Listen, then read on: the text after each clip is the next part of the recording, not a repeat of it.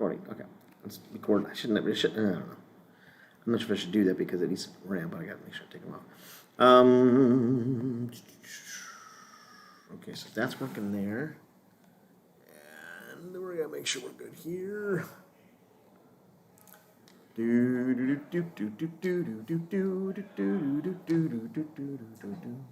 got such a loud voice and a big voice. Who's that?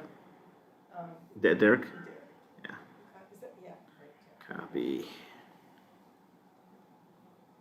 How else are gonna? How much time do I have? Like a minute. What do you gotta do?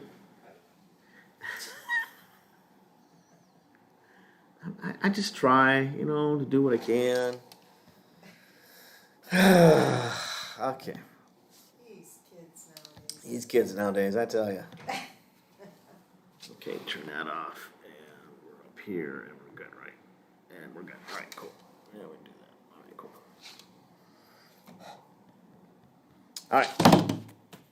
So we're going to get back, because you're waiting for this, right? All righty.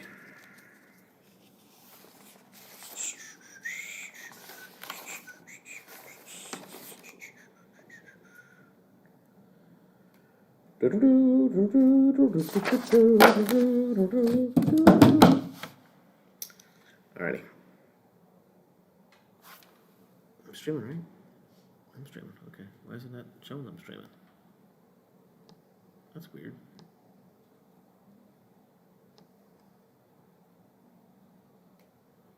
Okay. It's weird.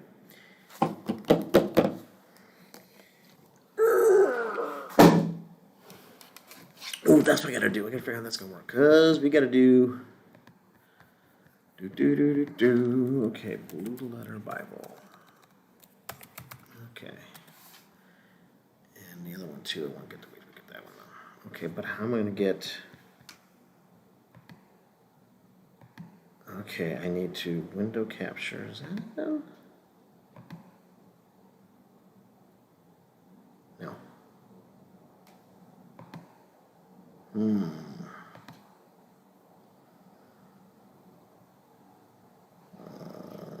Window capture, but I gotta turn it.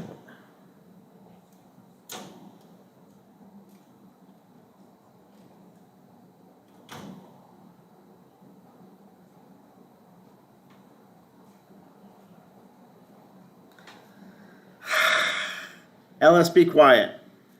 He's making comments. Okay, that's it. I was just saying he's making comments. He's making comments. He's not being nice. He's not being nice to me, Pam. Oh my goodness. Okay, I didn't know he could text while he was doing that. Okay, so turn this. Oh my gosh, what are you doing? Okay. I'm ready for class. Did you always want to walk with those? You got good balance. This is my John? This is my Scrooge character. Oh, you're the Angel of Christmas. yeah. Okay, got it. Okay, good. All right. All right, we're good. Okay, so let's get started on this stuff because I want to get this done. All right. I'm up here. No, where am I at? I am here. Okay. Oh, I advanced some notes here. That's not where I want to be. All right, so let's start on word studies, and we're going to. Why are you jingling in here? Okay. Okay. So, let's talk about it. So when I went to Bible college back in the Dark Ages, we used all these books to do a word study. So let's kind of walk through so you guys understand. Okay, so one thing they talk a lot about is the Strong's. Strong's is a big concordance, takes every word of the Bible, it goes by reference, and then gives you a quick little definition of what the word is. So if you go look up Job, or 1 Corinthians chapter 11, verse 8. The head of a man is a Christ, okay? But then it gives a number to that. So then you look up the number. So this is 3956. Go to the back of the book. Find 3956. The concordance number. 3956. Okay, I'm looking here. It takes a little while to do this. It's not rush this, okay? So you find 3956, 3904, 3956. Hebrew word. That's really weird. Oh, Hebrew. That's Hebrew. Okay. So, but there's all these numbers for them, and then you can go to these books. These are Greek. This is a Englishman's Greek lexicon, and you go by number, and you can look at how it's using this by the number. It has the numbers on top and the translation, and then it gives you have another book, more definition, cross references. It gives you how it's used. There's a lot of information you get into the word. Then you go into a Vines, you find the original word, find interpretation of the word. This is Greek terms, and it gives you how it's used, like the word in the English, like bright. And bright can be photoneos, slampros, slamprophysis, apogusma, all these different terms and all that fun stuff. And then how it's used in basically the New Testament. Okay, this book is called Kittle's New Testament Theological Dictionary. Take the same word and gives you the definition in how it's used in Koine Greek, the kind of what they call the common Greek in the time, and how it's used in like literature of the era, how Socrates would have used it, or that sort of thing. And then also, because remember, okay, do you guys remember us talking about the Septuagint? Okay, what's the Septuagint? Isn't it another term for the first 5 books of the Bible? No, Septuagint is a translation of the Old Testament into Greek. So Septuagint would have, so you could find the use of Septuagint, how they use it in applying into the Greek translation. But it was actually a Hebrew word. What is the definition of this then? What is it? Say the definition again. A Septuagint is basically a Greek translation of the Old Testament. Okay. And it was coded into a number system, all that stuff. So the Septuagint would have equal words used, and so you'll see how use in Septuagint and how that word would be used. So you can get an idea of how they translate. Now they may be right, they may be wrong, but it's something to understand. Because when we dig into word studies, the idea is to be able to understand what the word is in the context of how it's used by the author, in the context of the book, the context of the New Testament, the context of the Old Testament, the language of its time, and today's language. That's a full word study. Well, so, like I said, this one book alone cost about $100 when I bought it back in 1980s, late 80s. Vines was like, this is like, a $10 book when I bought it. It's cheap and easy. These I got as a set for maybe, I think probably $50-$60. This was like $5. This book is the Interlinear Bible. This is a cheater. Because what they do is you open it up and you have the Hebrew, English, and the Strong's number. So I don't need this to necessarily use Strong's outside the back of the book to find the basic definition of the word. So I can look at this and I can find the Hebrew, I can find the Greek, I can find the number for it, I can move a lot quicker. So this is a lifesaver. So because when I was in Bible college, we would do word studies in the Book of John with Dr. What's his name? I can remember a prophet's name. Nichols, Dr. Nichols. And we would do word studies. Like every class, we'd do a lecture on John, stop at the end, okay, and 2-3 students had to give word studies on the key words from that chapter. And you had to give a report and give it out to everybody. And we'd have to pull these out, pull this out, do a full report, all that fun stuff. Then I didn't have these back then. I had a Vines, I had a Strong's. I had a Vines or Strong's, and that was all I had possession of. Then I had to go to the library and look up one of these, or find Kittle's. And this is an abridged version of Kittle's. Kittle's actually has 7. There's actually 7 versions of Kittle's, and it's like this size book, 7 of them, and it's like huge amount of content. So there's a lot of content, a lot of ways to walk through that, and it's based upon the Strong's number system, and the Strong's is because Strong's now they took the King James version. That's why you'll see. Well, we're going to look at something else here. The online tools you use are a little bit easier. You don't need all this. But when you see it in online, what's it referring to, and we'll kind of make those connections so you know how to find the key words to how to use that. Okay, if you do a word search, okay, this is the word. This is what it means in English. Take Webster's dictionary. Okay, this is what English terms. Okay, what does it mean in based upon the Strong's definition? You don't need the book. That's all online. What is the Vines? That's online. Thayer's is online. New Englishman's Concordance is online. So. And there's other tools you use so that you don't have to have all the books. I have Logos Bible software. There's these cool Bible software programs you can get, and they'll do all the stuff for you, like boom, like instantly, and they'll pull a lot of resources together. It's really cool, but that costs a lot of money. But there are online sources that you can use, and we're going to walk through that a little bit and how you can create a word study. Okay. I've got a concordance at home. Does it have to necessarily be that kind? The most concordances just do like they'll take a word and they'll say how this word was used throughout the Old Testament, New Testament, and correlate. They won't give you the definition. Strong's is kind of the standard for that.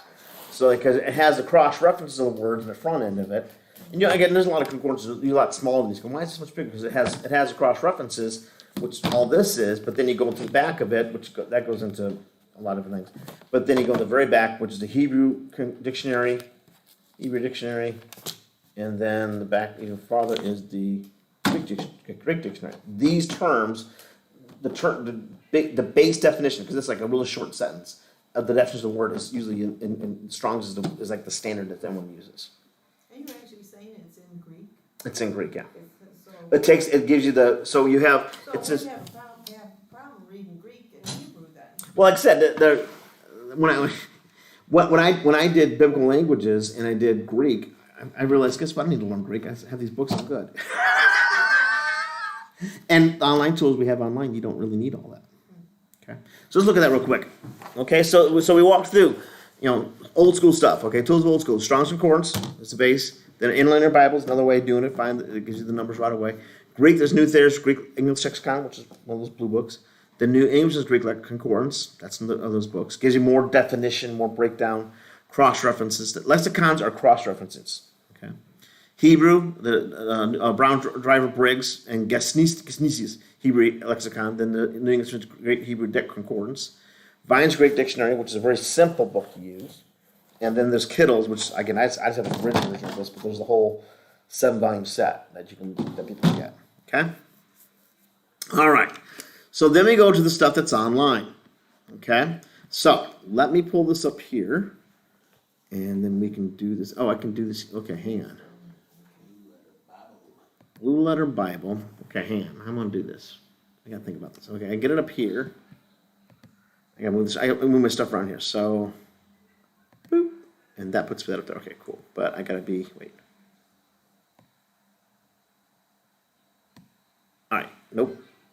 I want it there. Okay, cool. So Blue Letter Bible, and then I gotta move this so you guys can see it. Right. Okay, cool. Oh wait, let me do this. Can I wait? Hang on. Ugh, this got really weird. Okay. Okay. It's getting really weird on me. Okay, so how can I do this? Okay, I got it. Okay, hang on.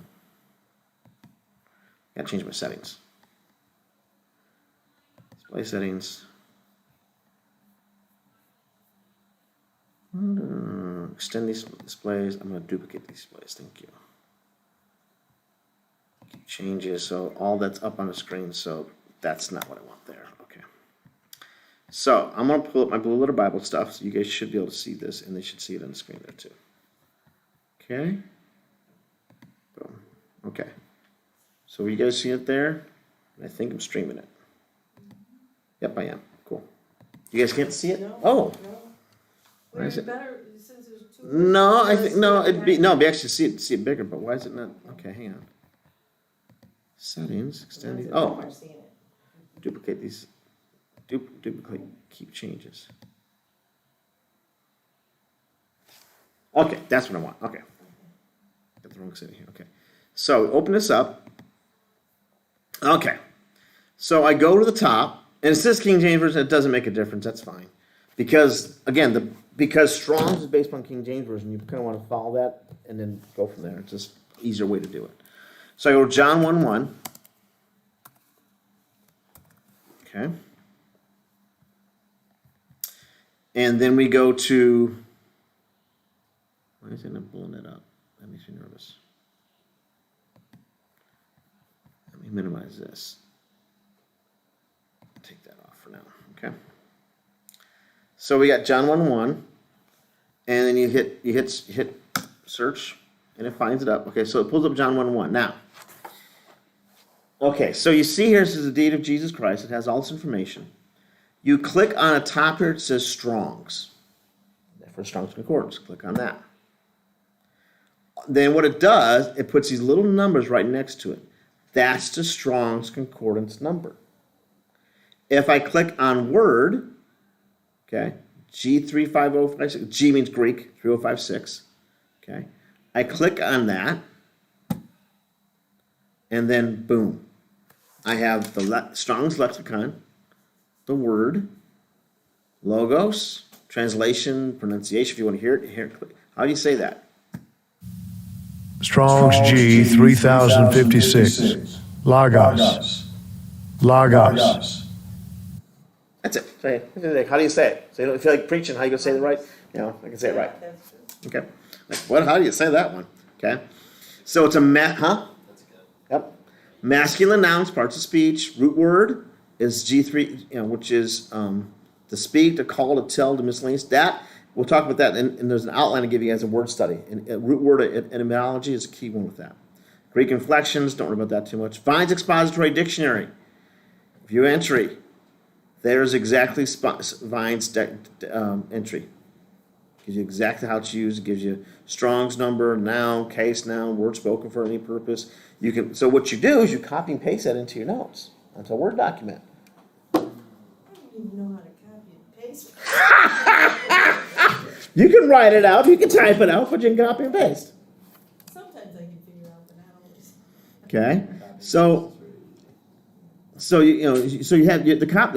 Oh, but my head's really covering this up here. So let me move this up here. Well, it shows where it is. So let me go here. Let me shrink my head down here a little bit, so the people can see it online a little bit better. Okay. All right. So yeah, I know making my head small is better. Okay. So you have Vine's dictionary reference. You have King James Version translation. Count how many. It's used 330 times. That word 3056 used 356 times.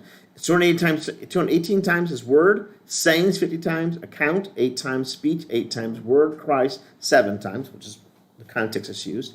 Thing 5 times, not translated miscellaneous, but it's used as a word 218 times. Now, if you clicked on that, I think if I remember correctly, it will take you to every single one of those references. Okay. Wow, this is major. That's nice. So then you go into outline of biblical usage, which is a great tool. This is really nice. Of speech. So it's how to use a speech, a word uttered by a living voice, embodies a conceptual idea. Embodies a conception of an idea. That's word. Logos is a word, as an idea of God. Okay. What someone has said, discourse, doctrine, teaching, how to use, anything reported in speech, narration, or narrative. So it gives all this information on it. And it says, finally, John notes the essential word of God, Jesus Christ, his personal wisdom and power in union with God, his minister in creation governments of the universe. So it gives us really in-depth use of the word from John, which is really important to the context. So if you're doing logos, well, how logos is used in an epistle may not be the same thing as it's used in John. That's really important because the person saying it uses certain words that fit them. You use certain words that fit you. John uses certain words that fits him. In that context is really important. Then you have Strong's definition. Again, copy and paste that right out of there. There's Greek lexicon definition. Copy and paste it down. Real good information just off that word. Then it goes into New Testament usage. Matthew 5:32, Matthew 5:37, Matthew 7:34, Matthew. So it's got all the Matthew references. Again, New Testament, Gospels, that all relates. And then goes into Mark. And then there's search results continue to go through Mark, John, Acts, 1 Corinthians. You keep on going if you want to. Just click on those tabs. So there's a lot of depth you can pull out of. Okay. So in this tool gives you this book, and a couple of these books right into it. It's all online. It's you don't have to buy anything, you don't have to do anything. The Vines is already in there, Strong's is in there, and Leonard gives you don't necessarily, Kittle's is nice, I like Kittle's a lot, but it gives you Thayer's, which is a really key part of that. So this is a great way to find the sources. Another tool to use, and I'm not really like it a lot, it's listed as Study Light. The reason I don't like it is it has a lot of it's kind of bloated. Let me look up here. So it has a lot of ads and stuff, so it gets kind of slow. But the difference with this one, the nice thing about this one, okay, now let me kind of find it. General search. So you click on general search. We'll do John 1:1 again. Type in the word.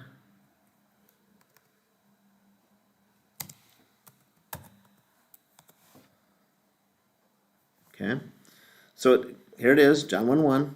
In the beginning was with God. Now, I can go to Interlinear Bible. I can click on Study Tools. If I hit Interlinear Bible, it'll give me this translation in Interlinear. I think put a lot of ads on this thing. This really blows it up. Okay, so it gives you all those numbers, all those words. Okay. Then, so that gives me that stuff. Okay. Now I go back. That's Interlinear of John 1:1, and I just close that tab. Then I go into Study Tools. Yeah, Study Tools would be good. Commentaries. There's tons and tons of commentaries. Concordances. Thompson Chain Reference, Schofield Reference, which is by Christ, John, Logos. You can click on Logos here. You go by Nave's Topical. You go Jesus Christ, Jesus Continued Wisdom, Word. You click on that, and it'll take you right to dictionaries. It will go to Bridgeway Dictionary. You can click on any of these words, and let's, for example, Baker's Evangelical Dictionary of Bible Theology, which is really good. I would click on that. You click on Image of God, Jesus Christ. And it takes you to a full article on Jesus Christ from Baker's, which is remember I talked about Edmonds Bible Dictionary last week? That big one, this is pretty equivalent to it. So it's a really good source and a good article with how to find stuff. You can pay to get rid of all the ads if you want to sign for it. I have no idea what the cost is, but I think it's not too bad though. But this has a ton of content. Then encyclopedias. International Standard Encyclopedia, Jewish Encyclopedia. If you did the encyclopedia on Logos, again, big articles. That's how it's used again. This gives you like a Kittles, how it's used by Plato, Aristotle, Stoics, Word of Revelation of God, Theophanies, Wisdom, Targums, Christian realization, Paul's doctrine of Hebrews. All this content goes really, really deep. Again, this is almost like this book on steroids, but then just online.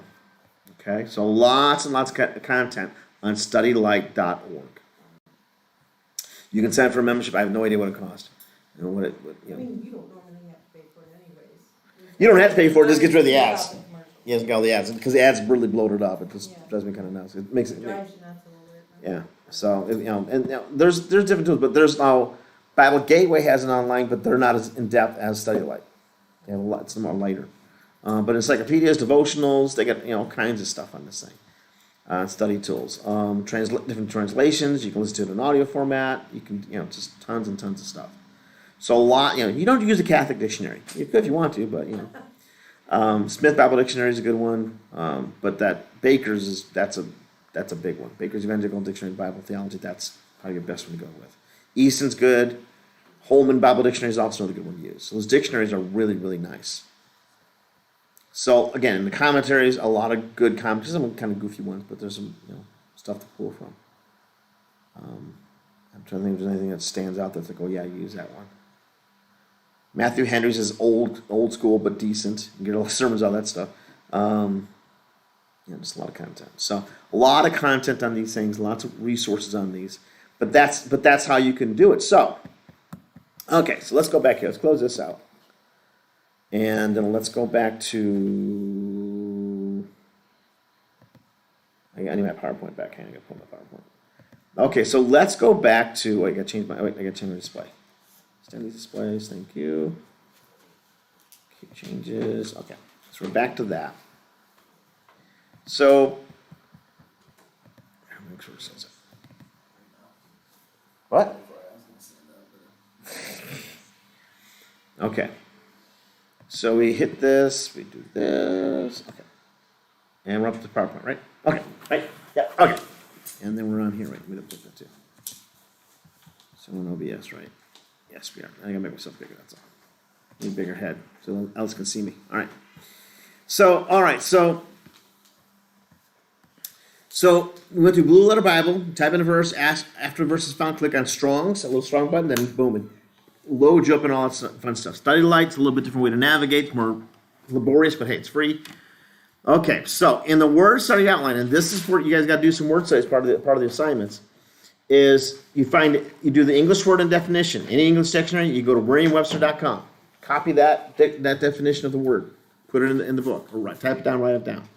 Then the original word of definition from Strong's. Okay, remember we walked through that? It had that Strong's definition, that block. Copy and paste that right out of that. The root word. What is that root word and what's its definition? The etymology of that. That's important to know. History of word use. Now I put in Vines or Kittles. You can pull the Vines definition. You can also go to those dictionaries. That gives you a great resource for that. Because how it was used in other contexts outside of Scripture is really important. Okay. Biblical use of the word. So again, start with the author's use of the word. New Testament, Old Testament, the genre. If it's Gospels, will other Gospels use it? So if it's John, you use John how he used it. Okay. And then you go into the Gospels, then you go in the New Testament, and then you go to the Old Testament. And then you think, okay, I was used with the prophets, I was using the Torah.